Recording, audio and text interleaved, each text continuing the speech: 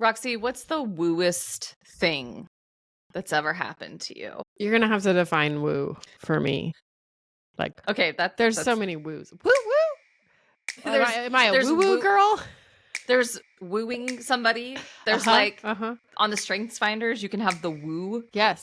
So in this context, I mean something mystical or supernatural that is kind of beyond the bounds of scientific findings or pure reason. It doesn't usually neatly fit into traditional religious claims. I think in the past it has meant like new agey, but I think today it's probably broader. Okay. I think it would take too long to describe fully, but I used to feel like I could access this place in my heart, like literally, like I would like sort of like take my mind and go down into my heart, and then I felt like I could like access God there in this way that would like make me feel this really pure joy. And I would like one time I had to pull over and start crying. Well, I pulled over because I started crying, like in joyful tears. That's amazing. Yeah, it doesn't work anymore. You lost your woo.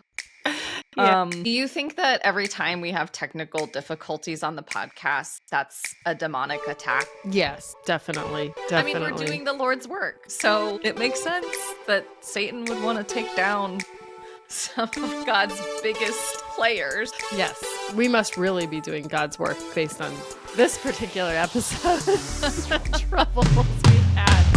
From Religion News Service, this is Saved by the City, a podcast from two Christian women surveying the wooey and wonderful landscape of modern spirituality. I'm Katelyn Beatty. And I'm Roxy Stone.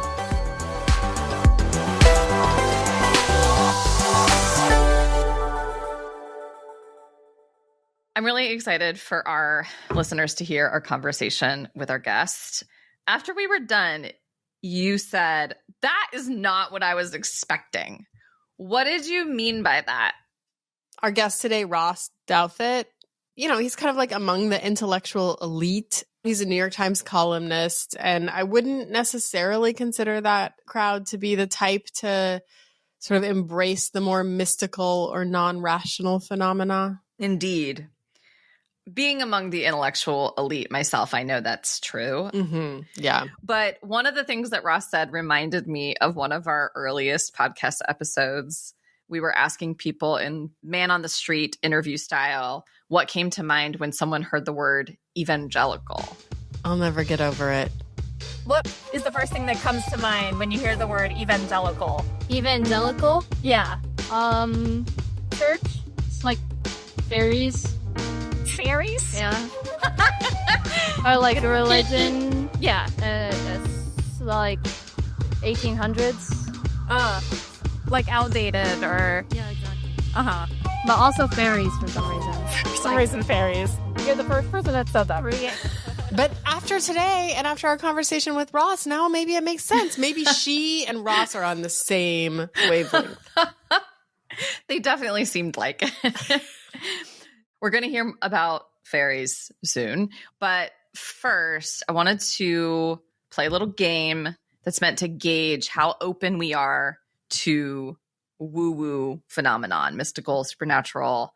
I'm calling it, How Woo Are You? Ooh, I like the rhyme. Are you ready to play? I can't say no. All right, it's really simple.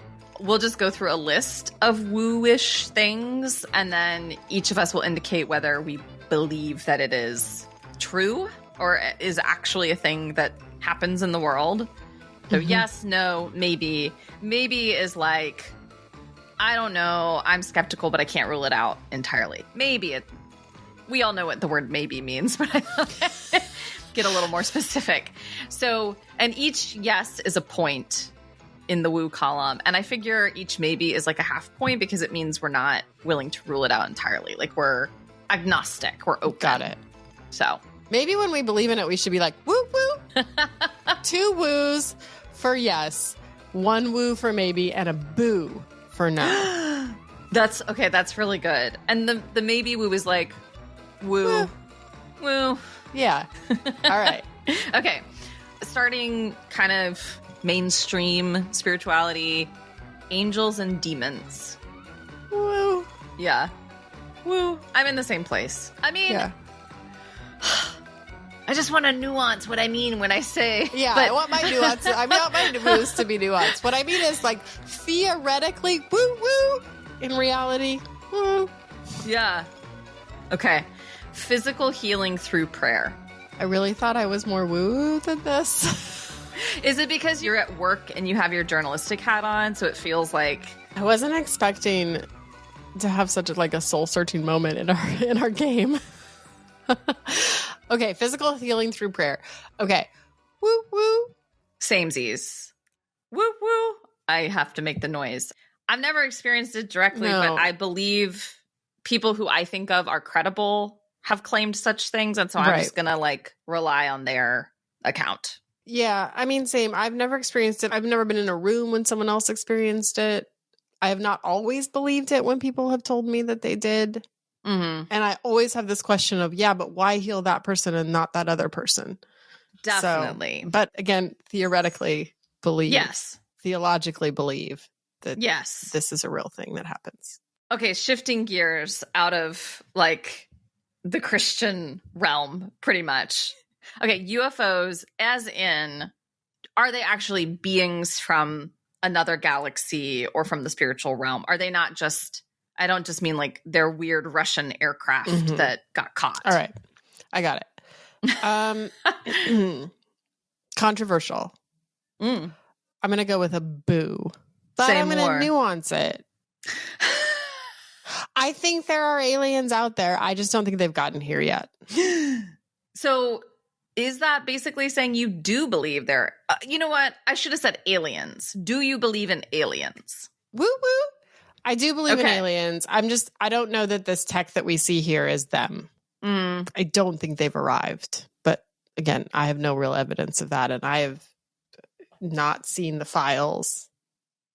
And I've not been to Area 54. No, so Seven. that's Studio One. 54. Area 57? Area 51? The place. Area 51. It doesn't. Studio 54 is like cocaine from the 70s. Yeah.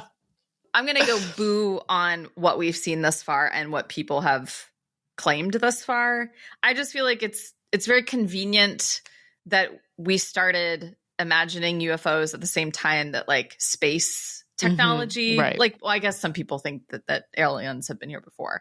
I'm going to go woo on aliens as such, because I do feel like if there is life on another planet, we maybe would have found it by now. I think we might be alone in the universe. Oh, really? Oh, I don't know. Even as I say it. Okay, I'm going woo. I'm going woo. Okay, manifesting. That our thoughts determine the course of actions in the world. I'm going to go... Woo. I think... So there's, in The Artist's Way, Julia Cameron talks about synchronicity, and it's sort of similar to manifesting. The mechanism to me is intentionality. You are focusing on something, and therefore you're putting more effort into it. You're thinking about it more. It's coming to mind more. You're seeing something out in the world that maybe you would have not noticed before. Right. It just feels like there's a causal connection between your thoughts and things in the world, when in fact it's more about paying attention. Yeah. I believe in manifesting insofar as I think that the more we think that something will happen, the more we are likely to act in ways that could make that thing happen. Right. But I think that's basically what you're saying. Yeah, exactly. Okay. So half point? Yeah. All right. Ghosts. Man, I really want to believe in this stuff. Although maybe not go. They seem scary, but I'm going to go with a boo on this one. Appropriately. How did I not even think of that? That was such a dad joke, and you laughed. Get it? I believe in ghosts. Okay. I'm a woo-woo on this. We have found some areas of difference. Yeah, I mean, I don't know why I'm we're probably alone in the universe, but also I think I believe that some people die and are not ready in their spirits to move on to the hereafter because of some unfinished business. So haunting as purgatory. Yeah, I don't even know what I think about purgatory. Like, I don't know. I just think I've heard enough weird stuff. Yeah, right. And I think I believe in like positive and negative energy. Mm-hmm. And I think that might be related to ghosts. But you're a boo and I'm a woo. I thought you were a woo-woo. Oh, yeah. I'm a woo-woo on this. Yeah. Astrology. Okay. Woo. I guess what do we mean when we're talking about astrology? Yeah, I mean, if you're born in certain times of the year, given the courses of the moon, yeah, you are more likely to have certain characteristics or something, or like the earth does different things. I don't know. I don't really understand it enough to even be a woo, probably. I kind of like to believe that God is big enough to do stuff like that, you know? Moon stuff? Well, and like design the constellations and the stars and all the stuff. Like it all goes together, you know? So why not? And if there's like, I'm going to sound so dumb to people who really believe in astrology right now because I don't really know what all of it is. There's like the moon rising and the sun setting, or sun rising, sun signs, moon rising signs. I don't know what all that means. Right. You know, maybe God designed all that. Sure. I mean, I don't doubt that God in some grand sense designed the earth and the stars and the, planets in their courses. Mm-hmm. I don't think it maps onto personality. I think it's one of those things maybe similar to manifesting where if once you hear that your type is this way, you're like, I'm totally that way. Or with your horoscope. Mm-hmm. So woo and a boo. Probably I'm a boo, but also like maybe I'm a woo. Okay. I'm intrigued a little bit, you know? Sure. Okay, finally, I want to say like a general category of like sprightly creatures, like fairies, elves, kind of like woodland beings, magical beings. Well, until a few days ago. Again, these are things I think would be fun to believe in. You want to believe. I really do believe that there are like some like forces beyond us that we don't understand, that there are things happening, that there's like power in these sort of supernatural ways. Like maybe I would be even more likely to believe in, say, Avatar and the Earth Kingdom and the Fire Kingdom and the Water Kingdom. That is not what I was expecting. What do you mean you would be more likely? Sorry, you didn't finish. I cut you off. You know, like that people have like Earth powers and the Fire powers and the Water Kingdom powers and stuff. Air power. I like that. You're describing Captain Planet. Do you remember this? Have you not watched Avatar? I only remember the water bit. I would want to be from the Water Kingdom. Yeah. I think I'm going to say boo on this, but I feel a little sad saying that. Yeah, same. I think rationally, it's like, well, pre-modern people probably had these weird experiences in the woods and they didn't know how to explain it. And they were looking for an explanation and turned to kind of spiritual beings to explain things. My beliefs are inconsistent. Mine too. We're both boo, but want to be woo. Yeah. Yeah. Okay. Tallying things up. You're at a 3.5, and I'm also at 3.5. What was the possible score? Well, I guess the possible score was 7. 7. Oh, we're like half.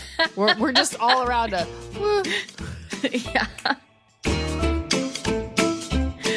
Okay, so just really quickly, I was curious to ask people online what their most woo belief is. And got some really interesting survey responses. Shall we share some of the highlights from the responses? All right. Yes. Here's one. Jillian, she says, the Enneagram can heal me. LOL. So not healing prayer, but... Richard Rohr's Enneagram book. Rachel May said, maybe that the moon cycles had a big impact on all of this. All of the waves hands. So astrology. Isn't that basically kind of... No, that's different. But I think that the moon cycles have a big impact on how people act. Yeah. And like maybe we're in some kind of astrological cycle that's like making people act wild and trollish. It's possible. All right, Emily Jane. This may be woo or it may be fact that me and my sisters will just know when one of us is in trouble or pain. That's really cool. That's nice. Yeah, I believe it. I believe that. Yeah, definitely. Premonitions. Jen Johnson says, ghosts are real. Remember when Saul contacted Samuel? Now I have to say I didn't remember that from the Bible. but it means there could be biblical rationale. You seem skeptical. All right. A lot of things happen in the Bible. Yeah. Casey Ernst. Ooh, I really do believe that the quote-unquote energies of places and people affect one another. Recovering evangelical here, she admits. Yeah. Finally, from Andrea Greening Milosh, she says, communion and baptism aren't just a symbol, something happens.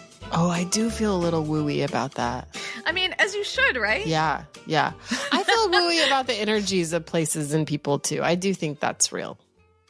I do think there are thin places on this earth, for example, where you're closer to heaven. Love it. So we've talked about the spiritual but not religious, but we had an article on RNS looking at a survey a year or two ago that was about the religious but not spiritual. And I feel like that kind of used to be the thing. Like I remember growing up, we would say this about Catholics as evangelicals, right? Sorry, Ross. I know.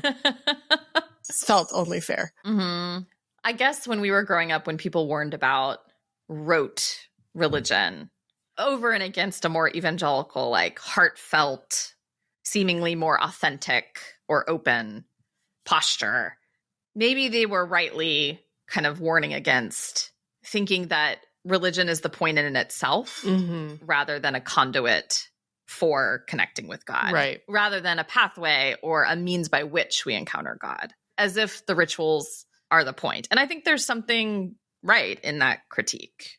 I do too. And I feel a little in danger of that personally at the moment. Like maybe I love the church more than Jesus now in this stage of my life.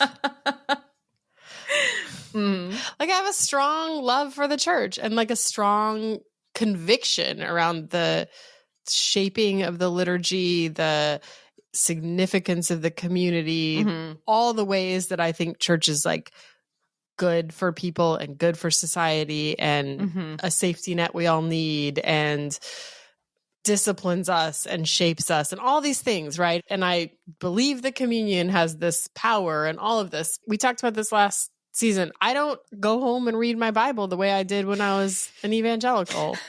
I can't seem to access that thing in my heart, the Jesus welling that I feel like I once had. I do feel that. I feel like I could be in danger of being more religious than spiritual these days. Yeah. I mean, the spiritual but not religious adage is something like they love Jesus but not the church. Well, you kind of hear that in relation to Christianity. Like Jesus is awesome, but the church is terrible. Right. And you're the opposite. Maybe. I mean, you don't think Jesus is terrible. I don't think Jesus is terrible. What you're looking for is some kind of experience. What's the song? I want to like walk with Jesus and talk to Jesus and, you know. I think so. Something like that. I want to like feel Jesus is my friend again. And maybe some of those more charismatic experiences of, you know, as minimal as I've had them, where it's like you're singing a song and you feel all the feels and you're crying and you're like, God is so good and amazing. And so real and so present. Yeah. I know what you mean. I do sometimes have that experience in church. I would say I'm more likely to have it in church. Definitely. Than like on my own throughout the week. So maybe the goal is religious and spiritual. Wow. No one else has ever thought of that. Put We're your not hands here, together. folks. Yeah. It's not an either or, it's an and. I'm kind of being tongue in cheek, but more seriously, maybe the place to start is just asking God to be present or to help me be more aware. We could manifest Jesus. We're here. We're waiting. Well, that's a great segue for our conversation with Ross Douthat, the New York Times columnist and author of the new bestseller, Believe, Why Everyone Should Be Religious. We'll hear from Ross soon about why he thinks religious belief is the most rational choice and why anyone who's inclined to visit a house of worship should just go, even if they're not entirely on board with all the beliefs. I think you can just read about mystical experience and realize you need to take it seriously, but it's helpful to have people you love have those experiences right in front of you, because then you really take it seriously. Our conversation with Ross is coming up, but first, let's give a shout out to the organization that makes SBTC possible. Religion News Service is an independent, award-winning source of global reporting on religion, spirituality, culture, and ethics. From religions that span East and West and spiritualities that run the gamut from worldly to woo, RNS covers how people today are connecting with the divine. Make sure not to miss our podcast companions at RNS, including Complexified by Amanda Henderson, Martini Judaism by Jeffrey Salkin, and The State of Belief by Paul Brandeis Rauschenbusch. Find them all at religionnews.com/podcasts. We're in the thick of season 9 with upcoming convos with Latasha Morrison, Beth Barr, and Brian Zond. Who else do you want to hear from? What should Roxy and I talk about on our own? Let us know by emailing us at sbtcpodcast@religionnews.com. You can manifest our future. Woo!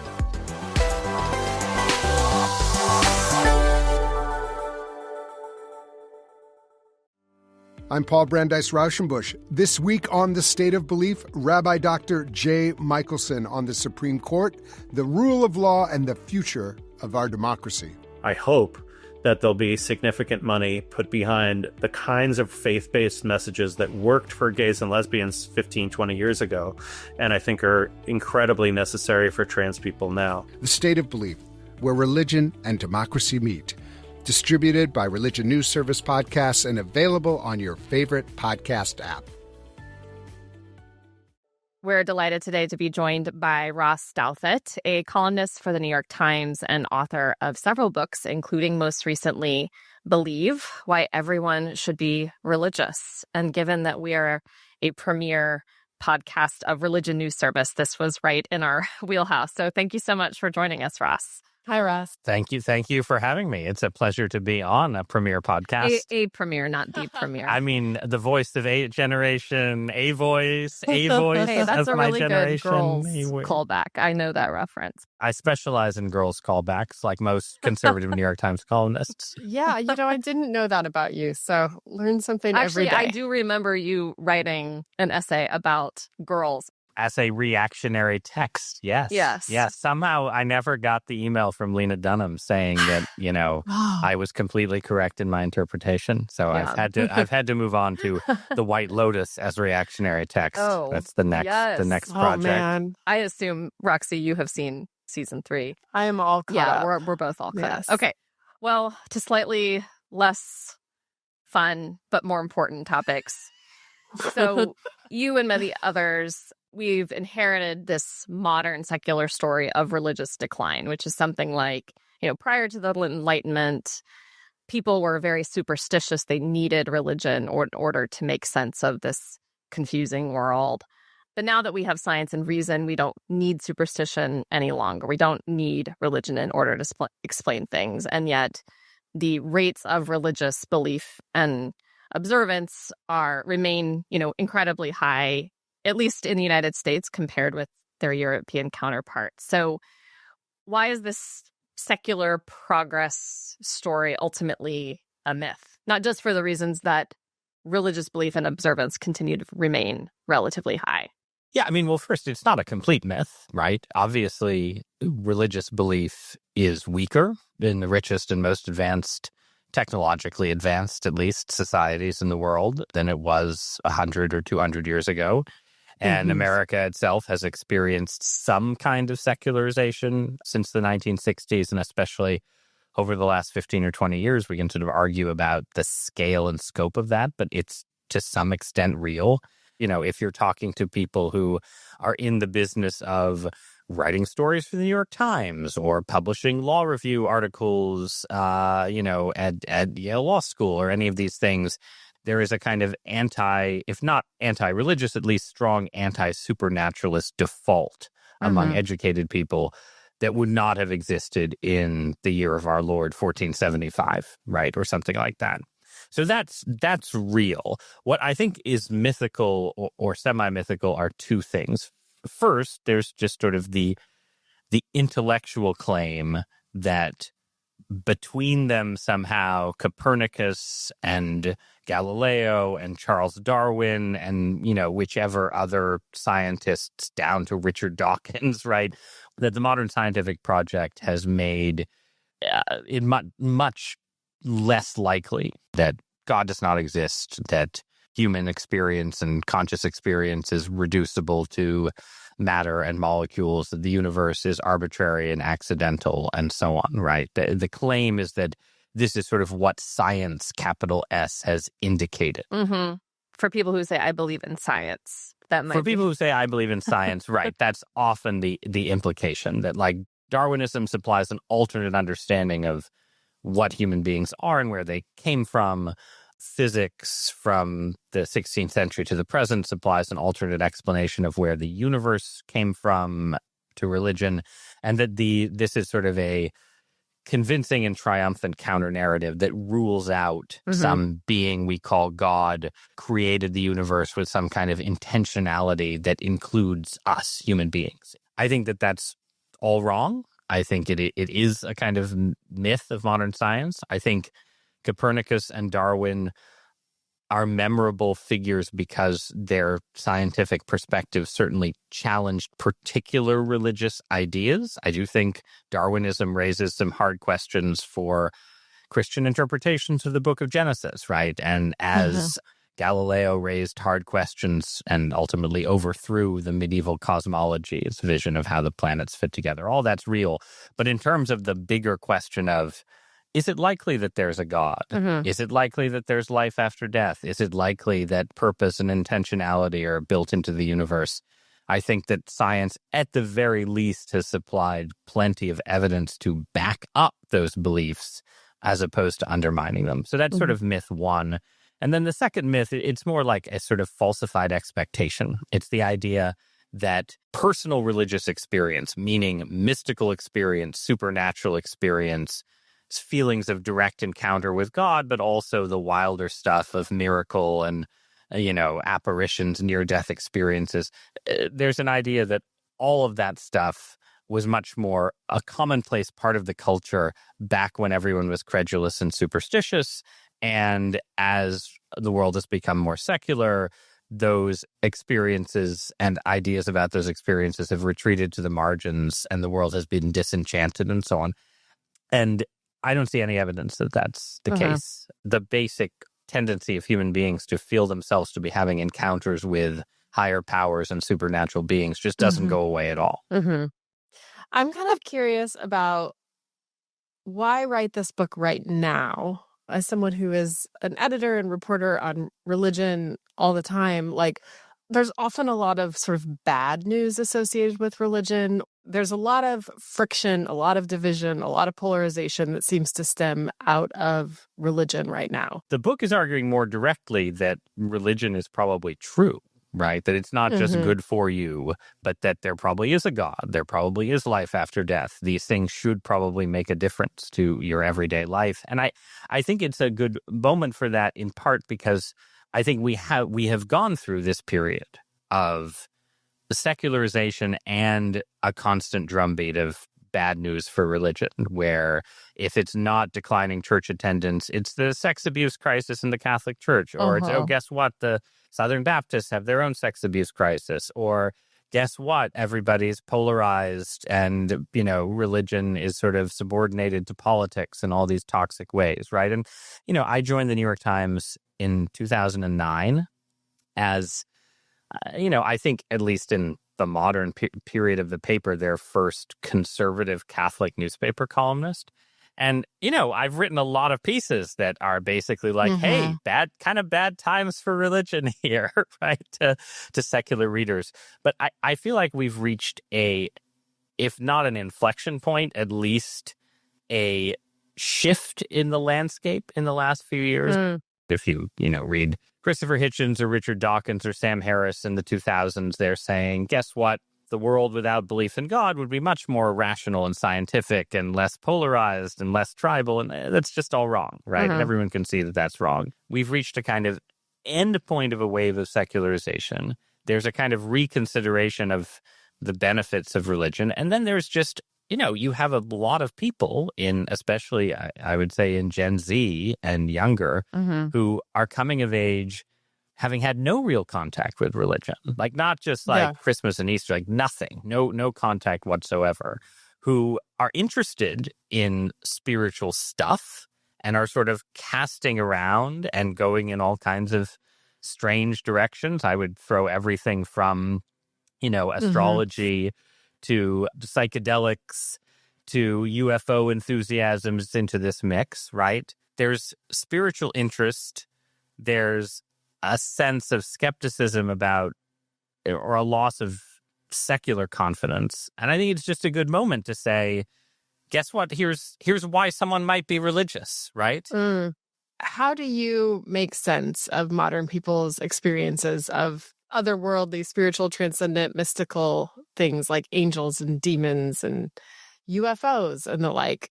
I think for someone just looking at this evidence overall, I think there's just good reasons to say, look, all the big religious traditions have certain things in common. They all think that there are, that there's sort of higher and lower spiritual realities, right? That there's some ultimate forms of God and some sort of secondary powers, angels, saints, demigods. They all say that there are some supernatural forces that are hostile to human beings, right? The demonic shows up in Eastern religion as well as Western religion.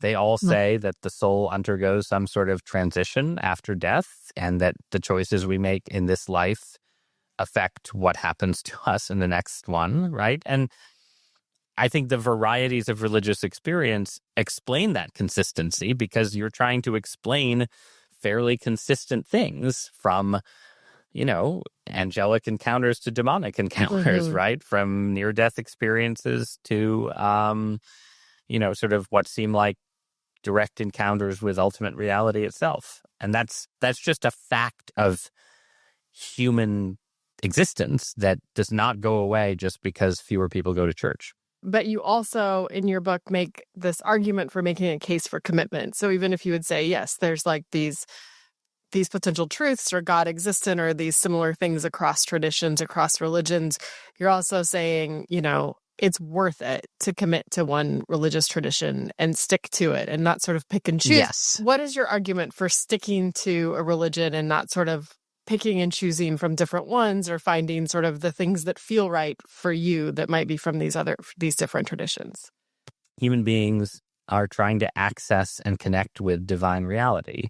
And we have these, old, serious traditions that each one of them have sort of their own internal conversations and their own internal rule book and their own internal set of rituals. And they've evolved in particular ways for a reason. And maybe they all can connect you to God, but that still is not a reason for just sort of grabbing one piece from one and one piece from another, right? Because you're not going to be sure that you're getting the right pieces. Imagine you had 4 maps that all told you different routes to get from one city to another. Okay. Does it make sense to take a piece from one map, tape it to a piece from another map and be like, I guess this will work just as well because all the maps work? No, probably not, right? And in the same way, it's probably unwise to say, I can construct my own religion that's going to work better for me than these religions that have evolved in particular ways. And then also, religion is practiced in solidarity and community. Let's say that a big purpose of religion is to pray, to get you to pray, right? Get you to talk to God or whatever God may be. Okay. I personally do most of my praying when I have to, when I go to church. I'm a Catholic, which means my church teaches that I have to go to church every Sunday. If I were not a Catholic, would I go to church every Sunday? I think it's very doubtful. Getting to church with a large family is extremely difficult. And just by virtue of participating in a community of faith in that way, I'm getting a set of pressures and expectations that make me more likely to do the most basic aspects of religion. And then finally, I think there are demons. All of the big religions, I think, are more likely to provide a certain degree of protection from malevolent spiritual forms, let's say, than spiritual freelancer are likely to be able to figure out on your own. Yeah, you're saying there are actually spiritual dangers. Yes. You could end up in the woods by yourself, alone at night. And you could be led into the woods by what seems like a positive seeming guide that turns out not to have your best interests at heart, right?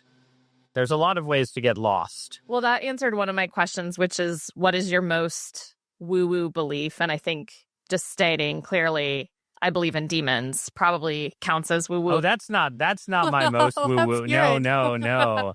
It's just basic Christianity to think that there are angels and demons. I do take an interest in what you might call trickster spiritual encounters, which show up in, everywhere from, folklore and mythology, obviously, to contemporary UFO experiences, where it seems like people are having spiritual experiences that are not like hostile and malevolent in the way that demonic possession seems to be, but also not positive in the way that a divine or angelic encounter would be. And I do think the most embarrassing way to say this is to say that I believe in fairies.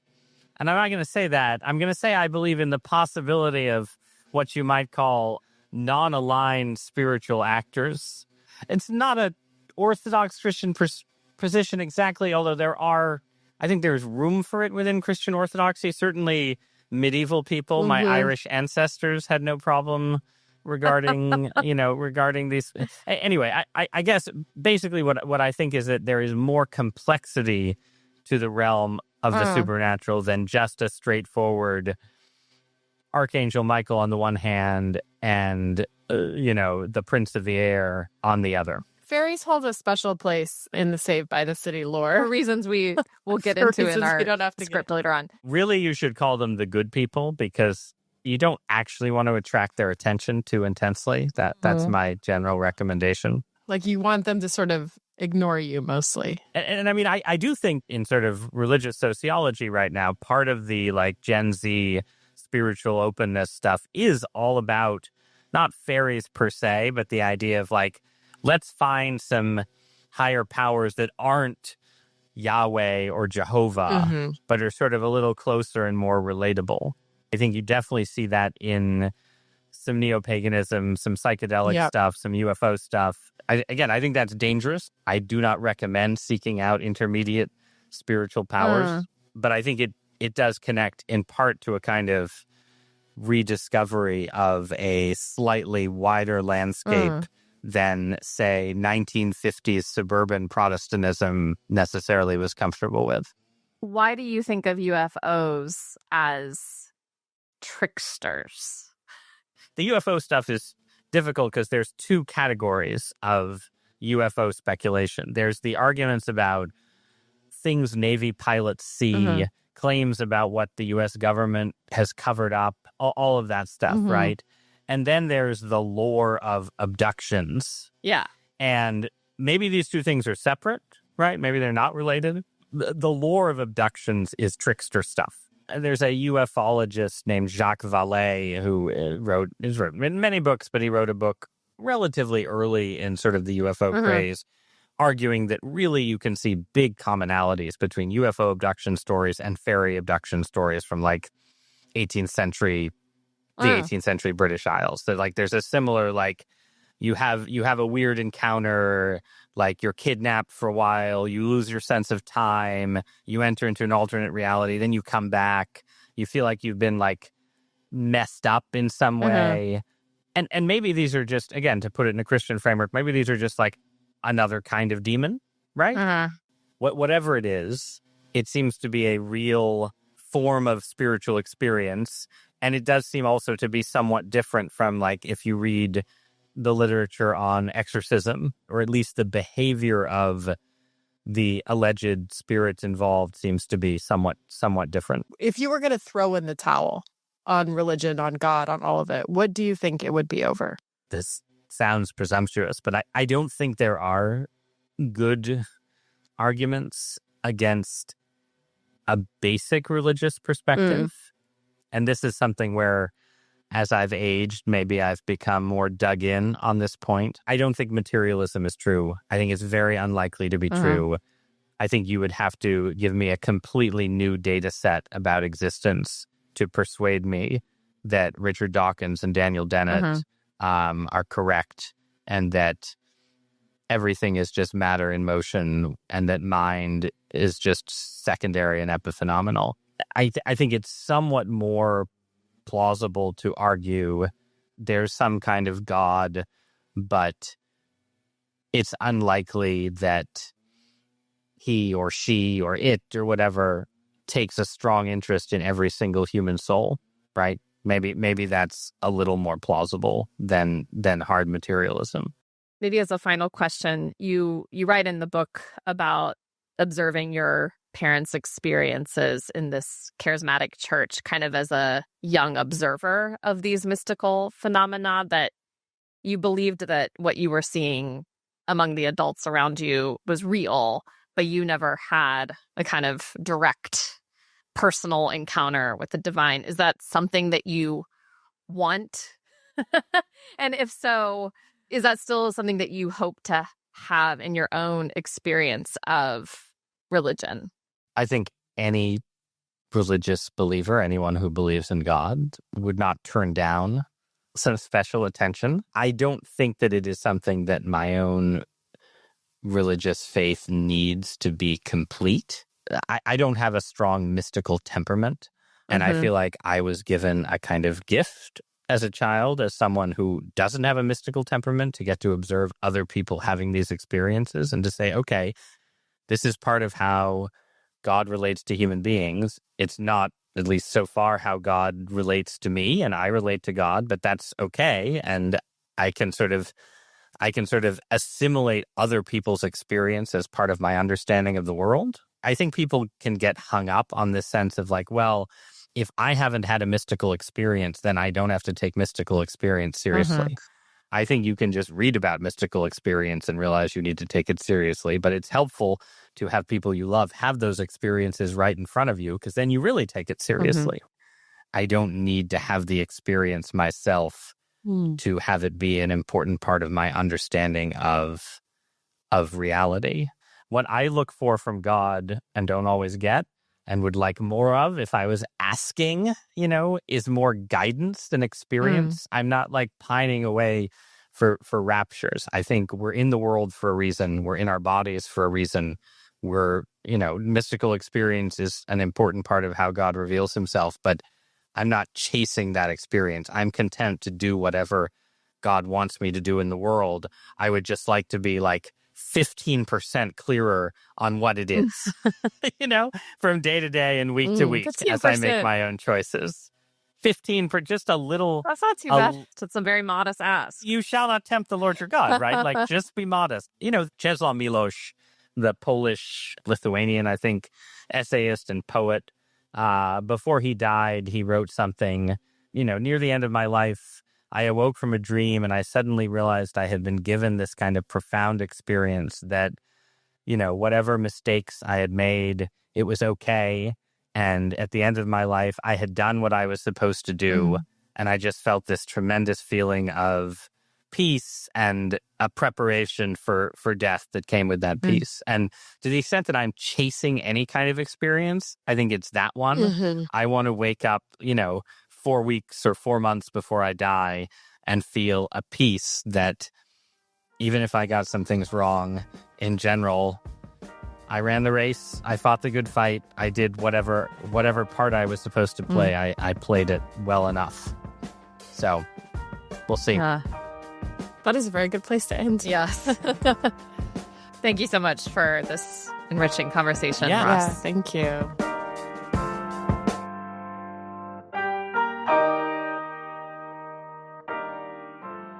All right. So there's a lot to unpack from our conversation with Ross. What do we think of the fairies thing? Oh, man.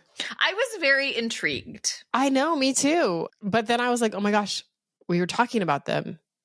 So did they notice us? I was wondering if I was going to encounter a trickster the rest of the afternoon. It seems like what Ross was trying to underscore was that there are types of spiritual beings in the world that are neither, I think he said they're neither like good nor evil. Mm-hmm. Again, I find this to be a charmed world that I would like to inhabit. I was curious to hear, I mean, basically it seems like Ross is disavowing the spiritual but not religious path. He's very clear to say people with spiritual inklings should err on the side of joining some kind of religious tradition or institution. Like, it is better to go about these things together with other people than alone. He was like, it's dangerous to go off course and to start just like picking and choosing from these different belief systems and, you know, and to untether yourself from a proven tradition. And I thought that was interesting. And I think that it reminds us a little bit of like the stakes that we're talking about. I think I'm more likely to say, rather than like you could run into a lot of danger, I'm more likely to say you just don't get the full benefit if you're only dabbling in a bunch of different things, you know, like so much of, let's take Christianity for an example. So much of it feels like it is the long obedience in the same direction. You know, this like, you can't quickly be shaped by these spiritual disciplines. It takes time. It takes seasons. It takes years. And so to me, it's sort of like if you were to go into the gym and sometimes you do lift weights and sometimes you do a yoga class and sometimes you go on a run and sometimes you do some Pilates and once in a while you like push a cart across the room. Like you're not intentionally building anything. You're just like, no, well, you can't just do all of that and generally benefit. You would benefit, but you wouldn't benefit to the degree that you could by each one of those things if you really focused on it for the long term. You know, like you're not going to become the level of flexible that you could become if you did yoga for years and you really focused on that. You're not going to get swole like you would if all you did was lift weights and drink protein powder. This is a really good metaphor. Thank you. And I think it underscores what Ross was saying, but he's very clear to say like any religious tradition is better than no religious tradition. They've all got some truths. I also just think, I mean, to extend the gym metaphor, sometimes to grow as people, we have to do things we don't want to do. And if I'm just picking and choosing the things that seem to provide like a cool experience or an experience of enlightenment or the divine, am I actually preparing myself to do the hard things that many faith traditions teach, like forgiveness, forgiving other people? Right. Like very few of us naturally want to do that or give away our belongings or our money. Like there's a level of self-denial or self-discipline that is inherent to spiritual growth. And you're more likely to do it if you at least know you're not doing it alone. Otherwise, I think you're more likely to just be like, no, I'll just like pick and choose what feels right. So this is also the argument not only to pick a tradition, but also to like actually participate in gatherings of that tradition, the community of that tradition. I didn't know what to think of the danger. I mean, so, you know, with Ross's map metaphor and the different paths to get from point A to point B, and religious traditions being very well-worn paths, you could say, yeah, trying to go it alone is as foolish as trying to explore new land, like by yourself. Like this typically doesn't go well for people. You could get lost in the woods or something. Yeah, I kept imagining, you know, the old-timey globes where the unexplored territory just had like dragons on it. Like sea monsters and stuff. Yeah. That's what I was kind of imagining. The unknown is kind of, there's some danger there.